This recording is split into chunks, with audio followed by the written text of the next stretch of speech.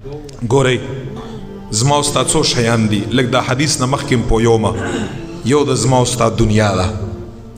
یو د زما او ستا آخرت دی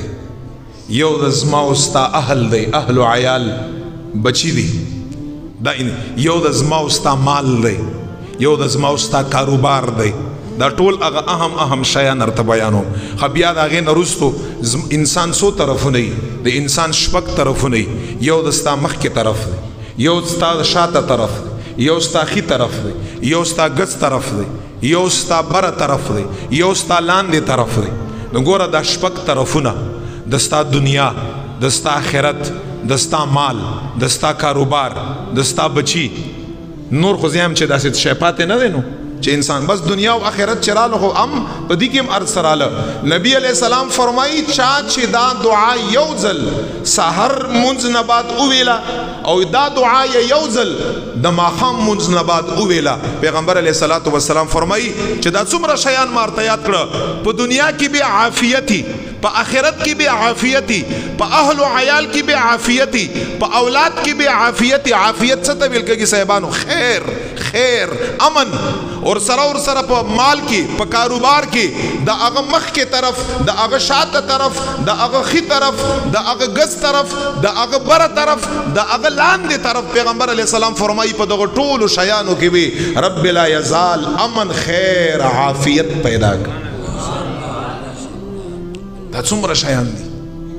دا نن سبا چې دا علما مشایخ مشران دا بچتی په حفاظت کې دي یا خیر دی ورته یا ظاهري باندې تاسو وګورئ د ظاهري د هغې هېڅ اسباب نشته خو که تاسو وګورئ ټول دغه دعاګانې یا معمول دی بس ټول دا دعاګانې موږ سره دا طلبا دي دا وګورئ 5,500 اور سره 224 برانچز دي جامعه جنیدی 24,000 طلبا زیر تعلیم دي خدای پاک جل جلاله هغې دا خرچه او هر څه پوره کوي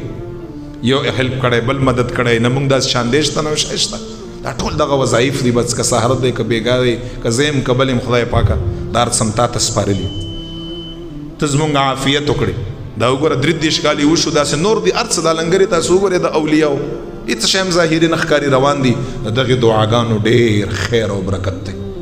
نو څوک فرمایي دا یاد لرئ دا دعا ابو داود کې ده ابو داود په صحیح ستو کې دا دعا ابو عیاش رضی الله تعالی عنہ مبارک نه روایت تا پیغمبر علیہ السلام فرمای چا چې دا دعا یو ځل سحر مونځ نه بعد ویلا یو ځل یا ماښام مونځ نه بعد ویلا او دغه ټولو شیونو کې به الله تعالی څه پیدا کا خیر او عافیت او امن او هغه دعا دا اللهم انی اسألک العفو اللهم إني أسألك العافية في الدنيا والآخرة اللهم إني أسألك العفو والعافية في ديني ودنياي وأهلي ومالي وولدي اللهم استر عوراتي وآمن روعاتي اللهم احفظني من بين يدي ومن خلفي وعن يميني وعن شمالي ومن فوقي ومن تحتي وأعوذ بعظمتك أن أغتال من تحتي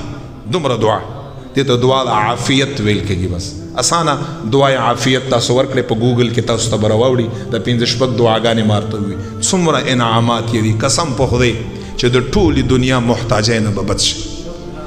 هیڅ چاته به حاجت نی هیڅ څه خبره بنی ورته هر څه کې به خیري برکتي بیماری بنی تکلیفونه بنی مصائب بنی مشکلات بنی محتاجی بنی مال حال جان اولاد خی طرف گس طرف بر طرف لاندې طرف هر طرف به خیری برکت به یو دا ولې زوایما دا ځکه زوایما چې دا ما محبوب علیه السلام ویلی دي دا مخبر صادق علیه السلام ویلی دي او په دې باندې د صحابه او د مشایخو په هغې کې تجربه یې پکړې ده په دې باندې یې معمول پاتې شوی مونږ الحمدلله په دې باندې معمول پاتې شوی دی نو